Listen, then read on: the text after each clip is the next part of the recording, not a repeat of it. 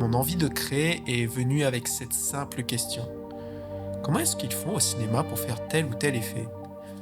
Ça donnerait quoi si quelqu'un faisait un Kamehameha dans la vraie vie? Cette curiosité a été aussi constamment nourrie lorsque je passais plusieurs de mes après-midi à regarder les making-of de films qui étaient disponibles avec les DVD des films qu'on avait à la maison.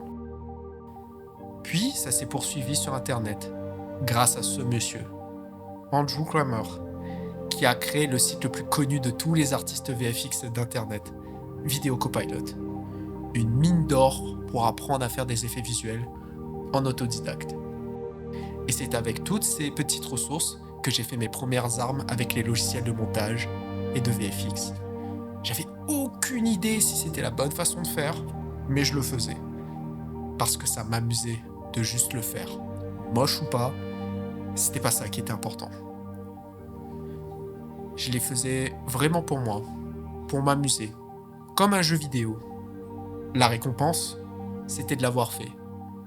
Et je n'avais pas besoin de plus. Il est arrivé à un moment où je montrais avec des amis au collège, et même à mon prof d'art plastique. Quand tout le monde sortait le pinceau, le crayon, moi, c'était l'ordi et les rendus de VFX tout pétés, et j'en étais fier. De toute façon, à quel moment on peut s'attendre à quelque chose de bien avec un appareil photo compact et un petit PC familial?